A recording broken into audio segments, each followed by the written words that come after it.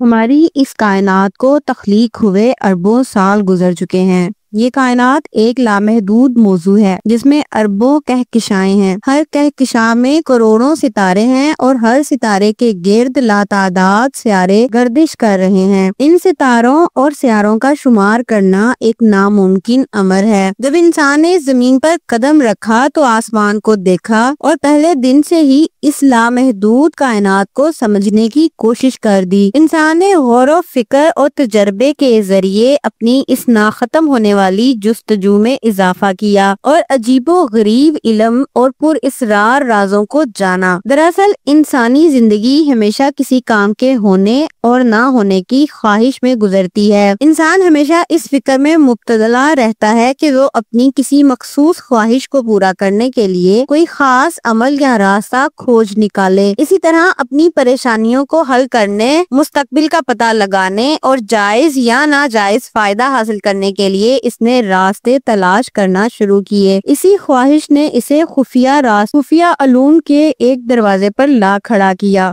جس سے علم نجوم کہا جاتا ہے۔ لفظ نجوم عربی زبان کا لفظ ہے جس کے معنی ستارے ہیں، لہٰذا ستارے کے علم کو علم نجوم کہتے ہیں، جبکہ اصطلاح میں علم نجوم اوکلٹ نالج کی وہ شاخ ہے جو ستاروں کا ہماری زندگی پر اثرات بیان کرتے ہیں۔ زمانہ قدیم میں علم نجوم کے ماہرین کو نجومی یا کاہن کہا جاتا تھا، جن کا انسانی معاشرے میں بہت ہی گہرا اثر ہوتا تھا۔ یہ نجومی بادشاہوں کے دربار میں اونچا مقام رکھتے تھے۔ بادشاہ ہر چھوٹے بڑے فیصلے ان نجومیوں کے مشورے سے کیا کرتے۔ زمانہ قدیم کے طبیب اور ماہر ادویات علم نجوم کے ذریعے ہی لوگوں کا علاج بھی کیا کرتے تھے اور ستاروں اور چاند کے ذریعے سے جڑی بوٹیاں تلاش کیا کرتے، اور سب سے بڑھ کر اس علم کی مدد سے نجومی یا کاہن کہانت کیا کرتے تھے، یعنی وہ مستقبل کی پیشن گوئیاں بتاتے تھے جو بالکل سچ ہو جایا کرتی تھی۔ مثلاً کوئی بڑی آفت آنے کی پیشن گوئی، بارش کی پیشن گوئی، کسی بادشاہ کے بادشاہت کی مدت کی پیشن گوئی، یا کسی کی حیات زندگی کتنی ہوگی اور وہ کب اور کیسے مرے گا۔ یہی وجہ تھی کہ اس زمانے کے کئی لوگ کاہنوں کو پیغمبر کا درجہ دیا کرتے تھے۔ ریکارڈڈ ہسٹری بتاتی ہے کہ اس علم کی ابتدا ہزاروں سال قبل میسوپوٹیمیا کے علاقے میں ہوئی، جہاں بابل اور نینوا شہر کے لوگوں کا یہ عقیدہ تھا کہ ستارے، سیارے اور تمام اجرام فلکی انسانی تقدیر پر اثر ڈالتی ہیں۔ میسوپوٹیمیا کے لوگ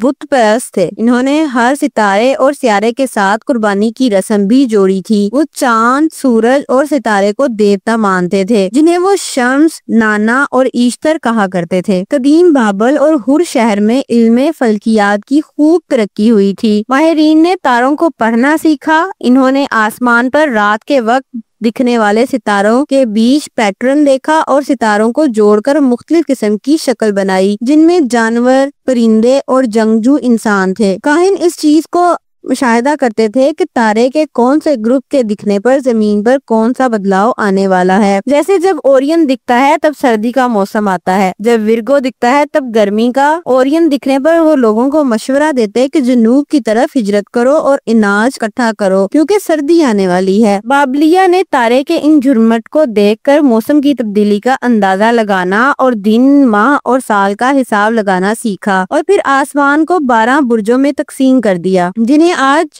زوڈی کہتے ہیں۔ پرانے زمانے کے لوگ اس آسمانی شکل کے بارے میں مختلف کہانیاں گھڑ لیا کرتے تھے۔ اندھیری راتوں میں جب کوئی چرواہا بھیڑ بکریوں کی رکھوالی کرتا تھا تو اس کا ساتھی ان ستاروں کے جھرمٹ کی شکل اور برج کے بارے میں طرح طرح کے سوالات کرتا ہوگا، جن کے جواب نامعلوم ہونے کی صورت میں وہ اپنی طرف سے کہانیاں گھڑ لیتے تھے۔ مثال کے طور پر ارسے میجر، جسے دب اکبر کہتے ہیں، اس کے متعلق ایک کہانی واضح کی گئی کہ یہ دراصل ایک خوبصورت اپسرا تھی جس کا حقیقی نام کالسٹو تھا۔ دیوتا زیوس اس عورت پر فریفتہ ہو گیا، لہٰذا وہ انسانی شکل میں کالسٹو کے پاس آیا، اس نے اسے بہکا دیا اور اس کے بچے سے حاملہ ہو گئی۔ زیوس کی بیوی ہیرا کو اس کا پتہ چلا تو وہ غضبناک ہوئی اور سزا کے طور پر اس نے کالسٹو کو ریچھ میں تبدیل کر دیا اور اسے جنگل بھیج دیا۔ کالسٹو کا بیٹا آرکاس جنگل میں ہی پیدا ہوا اور پلا بڑھا۔ وہ اس بات سے انجان تھا کہ وہ ریچھ ہی اس کی ماں ہے، لہٰذا ایک دن اس نے اس ریچھ کا شکار کرنا چاہا۔ جب وہ اپنی ماں کو مارنے ہی والا تھا کہ زیوس نے آرکاس کو بھی ریچھ میں تبدیل کر دیا اور ان دونوں کو آسمان میں برجوں کی شکل میں بٹھا دیا۔ اس دن سے آج تک وہ وہیں بیٹھے ہیں جسے عرصہ میجر اور عرصہ مائنر کہتے ہیں۔ دب اکبر کی طرح ہر برج کی ایک الگ کہانی ہے جو کائنات کی تبدیلی کی طاقت اور برجوں کی تخلیق کی تشریح کرتی ہے۔ برج اور سیاروں کے نام، شکلیں اور علامتیں ہزاروں سال پہلے انسانوں نے مقرر کی تھیں اور ہزاروں سال سے استعمال ہوتی آ رہی ہیں۔ کوئی نہیں جانتا کہ یہ کس نے مقرر کی تھی، ان کے اصل نام اور معنی کیا ہیں۔ وہیں دنیا کی ہر تہذیب اور علاقوں میں ان کے یہی نام، علامت اور شکلیں استعمال کی جاتی ہیں۔ بہرحال زمانہ قدیم میں نجومی ان ستاروں کو پڑھ کر مستقبل کا حال بیان کرتے تھے اور اس طرح نجومیوں کو بادشاہ کے دربار میں اونچا مقام و مرتبہ ملتا تھا۔ لوگوں کی نظر میں بھی وہ ایک روحانی پیشوا بن کر ابھرے۔ قدیم میسوپوٹامیا کے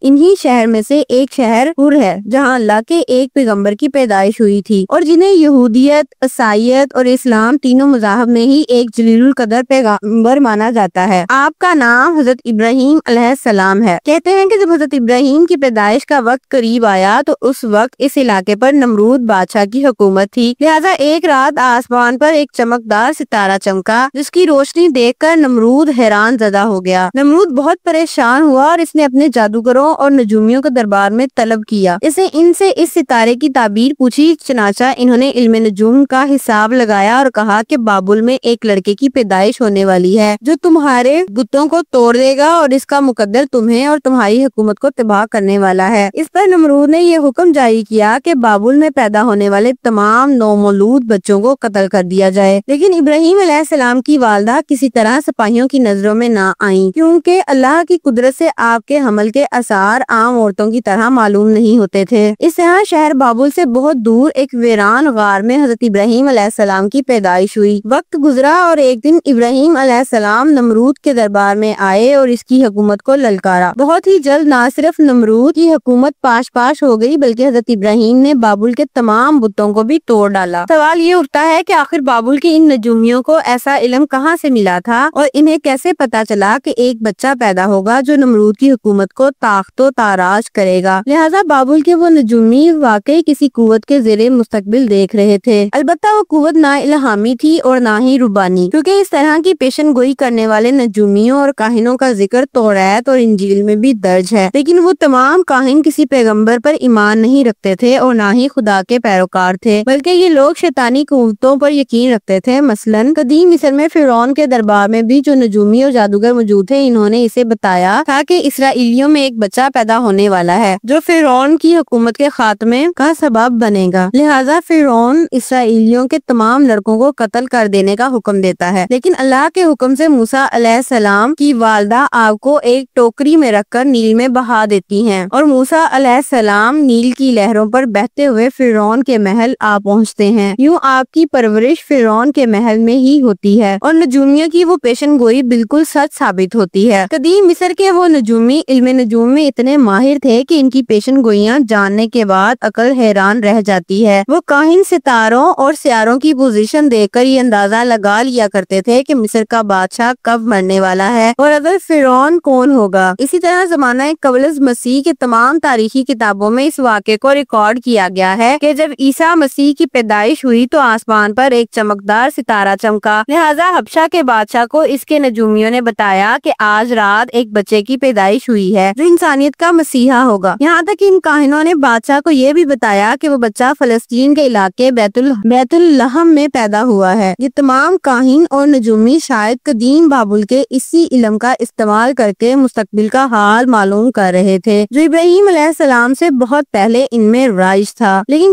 قدیم تاریخ میں کچھ ماہرین اس علم کو محض ایک اوکلٹ سائنس مانتے تھے، جیسا کہ امام طبری نے اپنی تحریروں میں لکھا ہے کہ آسمان اور زمین کے درمیان ایک گہرا تعلق ہے اور اللہ تعالیٰ زمین پر واقعات اور حادثات کو رونما کرنے کے لیے چاند، ستاروں اور سیاروں کو ایک آلہ کے طور پر استعمال کرتا ہے۔ پیغمبروں کے علاوہ دوسرے لوگ بھی اس تعلق کو سمجھ سکتے ہیں۔ اس علم کو بہتر طریقے سے سمجھنے والے زمانہ قدیم کے طبیب اور کیمیا گر لوگ تھے، جن میں سب سے مشہور قدیم مصر کا علم نجوم تھا۔ مصر کے علم علم نجوم کو ہرمیٹک اسٹرولوجی کہا جاتا ہے، جو کہ مصر میں پوجے جانے والے علم کے دیوتا ہرنیس یاتوت کے نام پر رکھا گیا تھا۔ مصری ماہرین آسمان کے نقشے اور آسمانی جسم کے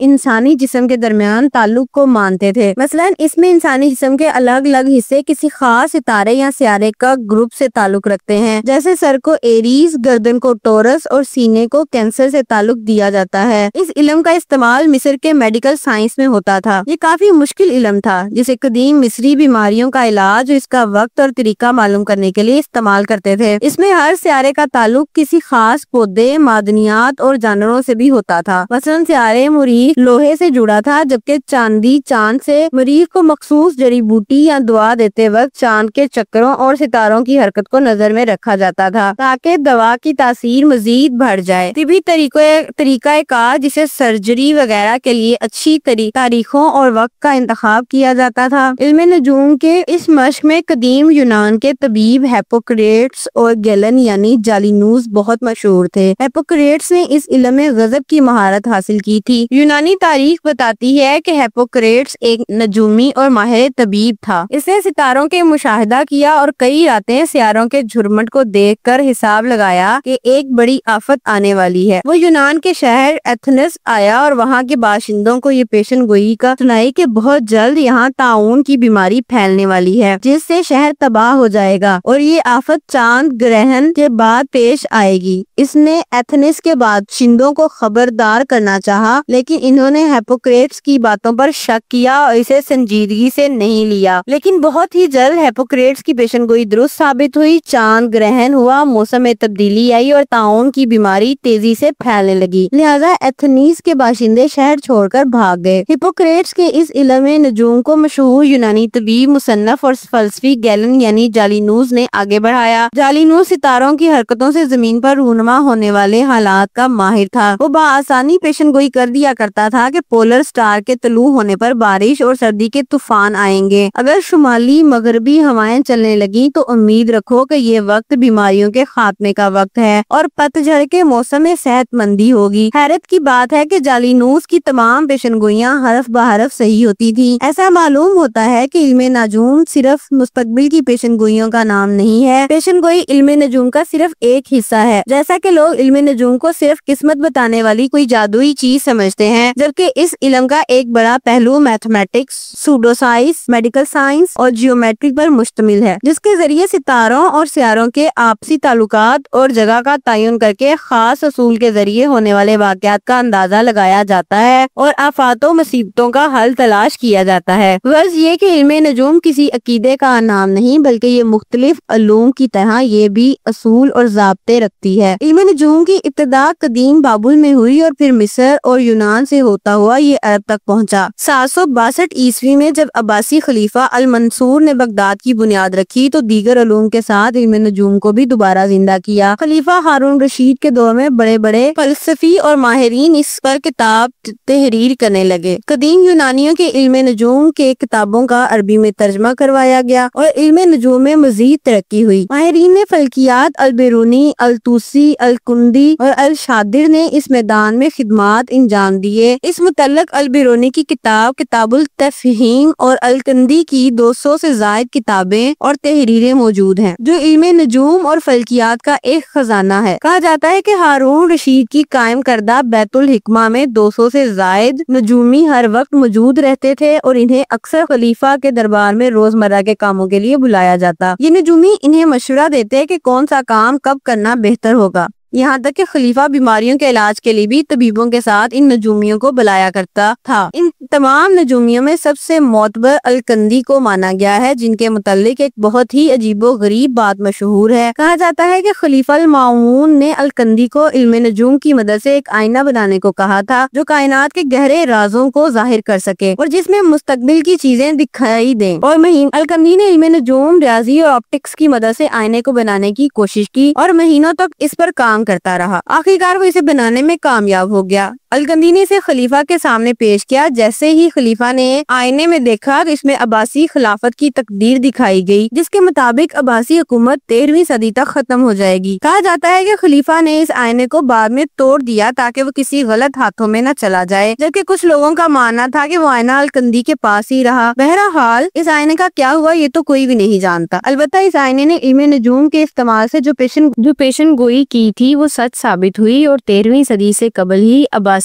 حکومت کا زوال ہو گیا۔ دین اسلام کی بات کریں تو اسلام علم نجوم کے سرے سے مخالفت نہیں کرتا۔ قرآن مجید کے اندر ہم انسانوں کو اس کائنات میں موجود اللہ تعالیٰ کی نشانیوں یعنی چاند، ستارے اور سیاروں پر غور و فکر کرنے کو کہا گیا ہے، لیکن علم نجوم کے ذریعے اور تقدیر بتانے کے معاملے میں دین اسلام کا نظریہ بالکل صاف ہے کہ اللہ تعالیٰ کے علاوہ اس کائنات میں ایسی کوئی مخلوق نہیں جو غیب جانتی ہو یا جسے یہ علم ہو کہ مستقبل میں کیا ہونے والا ہے۔ دراصل اسلام سے قبل عرب کے اندر بھی ایسے نجومی موجود تھے جو لوگوں کو ان کی قسمت کا حال اور مستقبل بتا دیا کرتے تھے۔ لہٰذا جب نبی صلی اللہ علیہ وسلم کی نبوت ہوئی تو صحابہ کرام نے حضور صلی اللہ علیہ وسلم سے ان نجومیوں کے متعلق سوال کیا کہ آخر ان کی بہت ساری باتیں سچ کیسے ثابت ہو جاتی ہیں۔ لہٰذا حضور صلی اللہ علیہ وسلم نے بتایا کہ دراصل وہ نجومی مستقبل کے حالات ہمزاد شیاطین اور تسخیر کیے ہوئے موکل جنات سے معلوم کرتے ہیں۔ جب نجومی کو تقدیر جاننا ہوتا ہے تو وہ موکل جن کو آسمان پر بھیجتا ہے، پھر آسمان والے جن و شیاطین خبر لیتے ہیں کہ مستقبل میں کیا ہونے والا ہے۔ آسمان والے جنات آسمانوں پر کان لگاتے ہیں۔ جب آسمان میں فرشتے مستقبل اور تقدیر لکھتے ہیں اور آپس میں باتیں کرتے ہیں تو یہ جنات چھپ کر کان لگاتے ہیں اور ان فرشتوں کی باتیں سن لیتے ہیں۔ لہٰذا اللہ کے حکم سے ان شیطان پر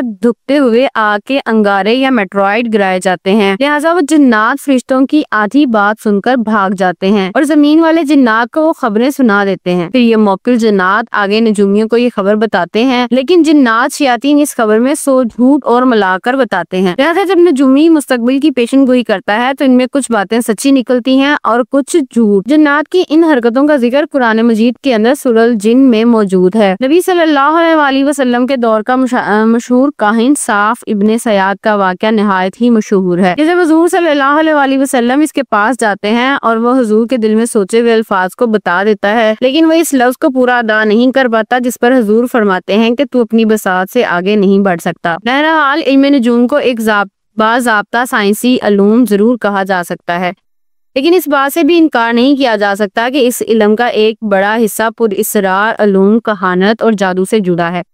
اس لیے نبی کریم صلی اللہ علیہ وسلم کا ارشاد ہے کہ جس نے علم نجوم کا کچھ حصہ حاصل کیا، اس نے جادو کا ایک حصہ سیکھا۔ وہ جنات جتنا زیادہ علم نجوم سیکھے گا اتنا ہی جادو حاصل کرے گا۔